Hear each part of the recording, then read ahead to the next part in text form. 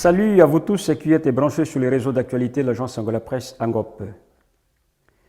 700 personnes au moins sont mortes au Burundi depuis janvier 2017, mois auquel une épidémie de paludisme a fait éruption dans ce pays de l'Afrique de l'Est.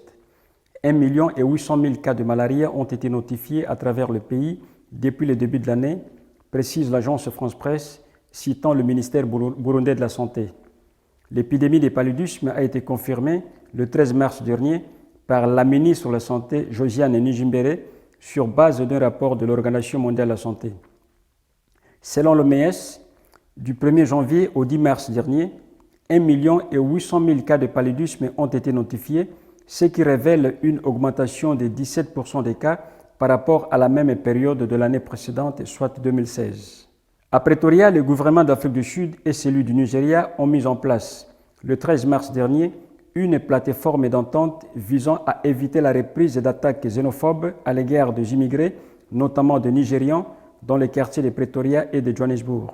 La ministre sud-africaine des Affaires étrangères, Maite Nkwana Mashabane, et son homologue nigérien, Geoffrey Onyema, s'étaient réunis récemment à Pretoria pour tenter de résoudre les problèmes d'hostilité à l'égard des étrangers, particulièrement des Nigérians en Afrique du Sud.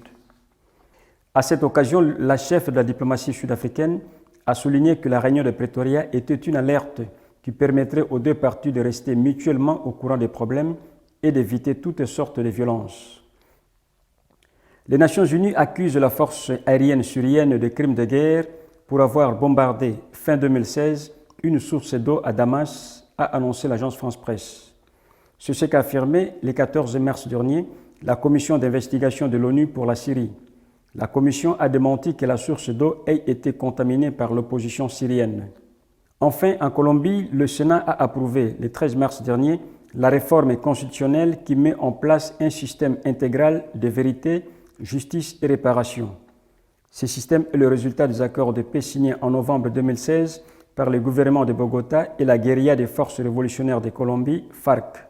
Le système intégral de vérité, justice et réparation a été mis en place dans le but de mettre fin à un demi-siècle de conflit armé qui a déchiré la Colombie. Tenant un haut-parleur d'aigu à la main, le ministre colombien de l'Intérieur, Juan Fernando Cristo, qui a assisté au Congrès au vote de la réforme constitutionnelle, a déclaré, je cite, « La plénière du Sénat a approuvé, dans son dernier débat, la juridiction spéciale pour la paix. » Fin de citation. La réforme en Colombie a été votée par 60 voix contre 2 à peine. Ainsi s'achève, chers amis internautes, notre rubrique hebdomadaire sur l'actualité internationale. Merci de nous avoir suivis. Salut et à la prochaine édition.